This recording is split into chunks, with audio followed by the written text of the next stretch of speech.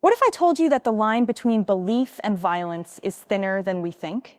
That's what I learned the day he died. And not in an abstract, faraway sense, not as a headline you scroll past on your phone, but up close, personal, in my own circle. I lost someone I loved because his belief collided with the rage of men who couldn't stand the truth he carried. He didn't pick up a weapon. He didn't throw a punch.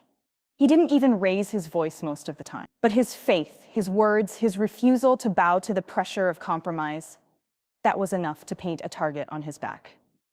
And when the target was painted, violence came. I never thought I'd see it unfold so clearly.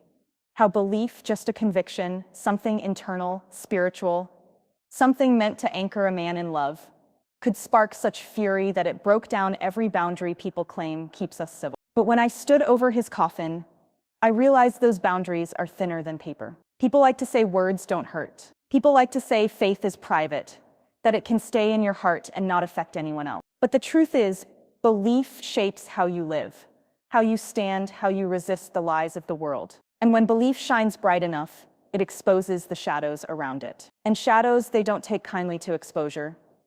His name was Daniel, my brother in Christ. He was the kind of man who didn't need to be in the spotlight to make an impact. He'd show up early to stack chairs, to sweep floors, to pray quietly with anyone who looked like they were carrying something heavy. He had this gentleness about him, but it was rooted in steel. You couldn't shake his conviction. He'd smile while telling you the hardest truths you didn't want to hear. And people either loved him for it or hated him for it. There wasn't much middle ground. It started online, the way most things do now. He would share verses, reflections, challenge, not in a self-righteous way, but in a way that cut through the noise. But people don't like being cut. They don't like being confronted. And the comments came: sarcasm, ridicule, mockery. At first, he brushed them off. They're just words, he'd tell me. I've got thicker skin than that. But I saw the way his hands trembled sometimes. After reading them, I saw how he paused before hitting post, not because he doubted the truth, but because he knew the backlash was coming. Then came the private messages. Shut your mouth, or we'll shut it for you. We know where you live. You think Jesus is going to save you? Wait and see. I begged him to stop posting, to step back, to protect himself. But he just smiled that small, stubborn smile of his and said, if the truth dies on my lips, then fear has already won. I didn't know then how close the line was. I didn't know then that the shift from belief to violence wasn't just possible, it was inevitable, once hate had been fed long enough. One evening, he walked home from a small group Bible study, and he didn't make it. They jumped him. Words turned to fists. Fists turned to weapons, and belief, his belief, was the crime they punished with death. I can still see the aftermath like it's tattooed in my memory. The phone call, the hospital waiting room, the white sheets, the silence so loud it crushed the air from my lungs. I kept asking God, how could this happen? He was yours. He was faithful. Why didn't you shield him? But in the nights that followed, when I lay awake staring at the ceiling, Jesus spoke something that shook me even more than the violence itself. He said, the boundaries between belief and violence were dismantled the moment they killed me. Do not be surprised if the world does to you what it did to me. That floored me. I had spent my life trying to keep those categories separate. Belief was personal, private. Violence was out there, something foreign, something you could avoid if you stayed in the right places with the right people. But his words pierced me. The cross itself was the collision of belief and violence. Jesus wasn't killed for stealing, or for murder, or for political ambition. He was killed for what he believed, what he proclaimed, what he embodied. And suddenly I realized Daniel hadn't been singled out by accident. He had stepped into the same stream of history, the same current that carried martyrs, prophets, disciples, all who dared to live what they believed, all who faced violence because of it. That realization terrified me, because it meant it wasn't over. If they could dismantle those boundaries for him, they could dismantle them for me, for anyone who dared to believe with conviction. And I had to face a question I had always pushed to the edges of my faith. What am I willing to suffer? For what I believe. In the weeks after his death, I saw people scramble to rebuild the illusion of boundaries. Some said it was just random violence, not connected to his faith. Others said he should have been more careful with his words, as if he had brought it on himself. Still others just stayed quiet, pretending it didn't happen at all. And I saw what Jesus meant. When the line between belief and violence gets exposed, most people don't want to deal with it. They want to cover it back up, patch the paper-thin wall, convince themselves that faith can stay safe if you keep it polite, quiet, private. But deep down, I knew that wasn't true anymore. The real challenge came when the threats started brushing against me. People who had been after him turned their attention to those closest to him. My phone lit up with warnings. Friends distanced themselves, not because they didn't care, but because they were afraid. And I couldn't blame them. Fear is contagious. Violence doesn't just wound the body, it infects the whole community with silence. I found myself at a crossroads. On one side was self-preservation. Stay quiet, step back, keep my head down, live another day on. On the other side was obedience. Keep speaking, keep standing, keep believing, even if the cost grew heavier. And I'll be honest with you, I wanted to choose silence. I wanted to survive. I had nights where I told Jesus, I can't do this. I don't have Daniel's strength. I don't want to die for this. But every time, he brought me back to the cross. He reminded me that he didn't die so I could live a sanitized, risk-free version of faith. He died to show me that love is stronger than violence, that truth is worth suffering for, that resurrection means violence doesn't have the last word. And he whispered something I'll never forget. If your belief never cost you, you haven't truly believed. That was the turning point for me. I realized that what happened to Daniel wasn't just his story, it was a mirror held up to mine. His death forced me to decide whether I would keep pretending the boundaries were solid, or whether I would accept the truth Jesus was showing me. That the world will always try to dismantle those boundaries, and the only way through is to cling to him. So I started speaking again, carefully, prayerfully, but boldly. I didn't do it because I stopped being afraid. I did it because I refused to let fear dictate the terms of my faith. And slowly, I began to see something shift. People who had gone silent started whispering again. People who had hidden started stepping out. Not in huge numbers, not in some dramatic revival, but in small ways, little shoots of courage breaking through the soil of fear. And in those small ways, I saw the hand of Jesus, still at work, still building his kingdom, still proving that violence cannot destroy belief when belief is rooted in him.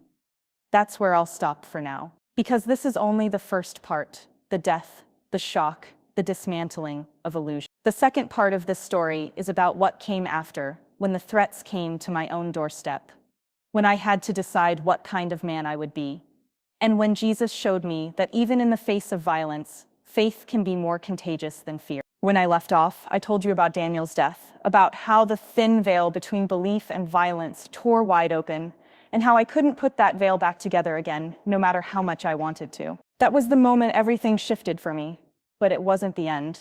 It was the beginning of the hardest season of my life. Because after he was gone, the question wasn't just why did this happen? It was what will you do now? And that question wouldn't leave me alone. It followed me home, followed me into conversations with my kids, followed me in the silence of church pews, and most of all, followed me into the nights when fear sat heavy on my chest and made it hard to breathe. You see, when someone you love dies for their belief, the spotlight doesn't just fade, it swings toward the ones left standing. Suddenly, I wasn't just grieving, I was visible. I was known as his closest friend, the one who prayed with him, the one who stood next to him. And people knew that if he believed so fiercely, I probably did too. That's when the whispers started. At first, subtle, maybe you should tone it down, don't get caught up in the same thing. Be wise, they called it advice, but I heard the fear underneath it. If I'm honest, I felt that fear too. Then, the messages came. Emails, notes slipped under my door, even phone calls. You're next if you keep talking like him. We took care of him and we can take care of you. The first time I read one of those notes, I dropped it on the table like it was on fire. My hands wouldn't stop shaking. I sat there staring at the wall, thinking about my kids asleep in their rooms, thinking about whether I was selfish to even keep standing in this. Was belief worth them losing their father? Was conviction worth leaving my family unprotected? That night, I broke down in prayer like I never had before. I told Jesus everything, my fear, my anger, my exhaustion. I begged him, just tell me what to do. Do you want me to fight? Do you want me to run? Do you want me to go silent? And in the middle of my desperate rambling, his voice came so clearly, it was like it cut through the air in the room. Do not be afraid of them. I am with you. Those words didn't make the threats go away. They didn't erase my fear, but they shifted something in me. Because I realized then that my biggest mistake wasn't being afraid. It was believing fear had the final say. Jesus never promised I wouldn't be hated. Never promised I wouldn't face violence. He promised his presence, and his presence changes everything. In the weeks that followed, I had moments that tested me in ways I didn't know I could endure. At work, I was asked to sign off on something dishonest. Something small on paper, but huge in conscience. I thought about Daniel, how he would have handled it, and I couldn't bring myself to compromise. I said no, and that no cost me. The looks, the isolation, the cold shoulders. At church, I spoke up when scripture was being twisted to make people feel comfortable instead of convicted. That cost me too. Some said I was being divisive. Others avoided me altogether. Every stand felt like I was carving myself further away from the safety of silence, closer toward the edge where Daniel had stood. And then came the night.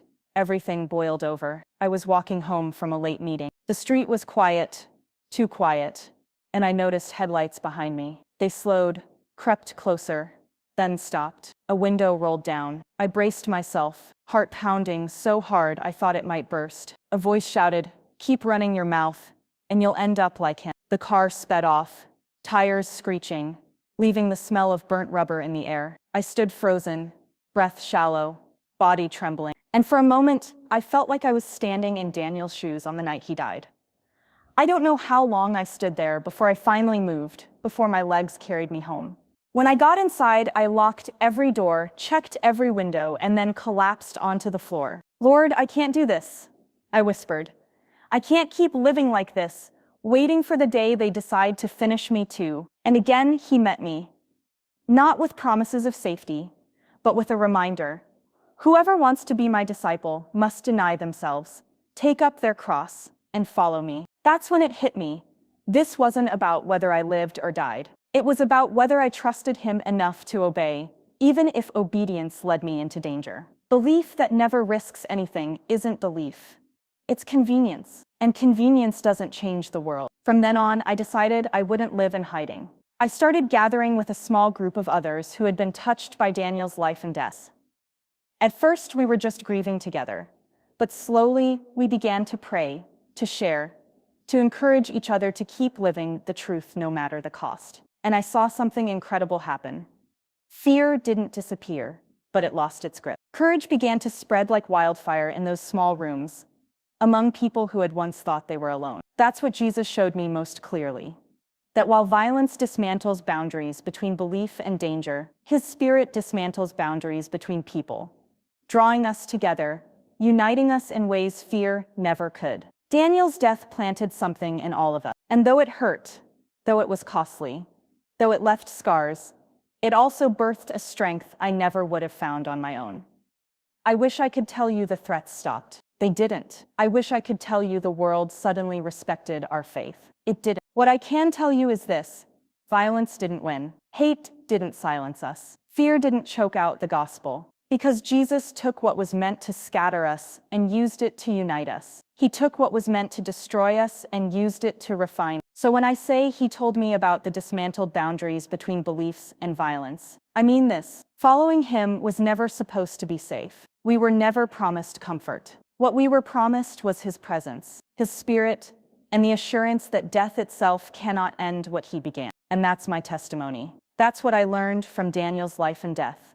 From the nights of fear, from the threats that tried to crush me. That belief may invite violence, but it also invites resurrection. And resurrection is louder than any bullet, stronger than any threat, greater than any fear.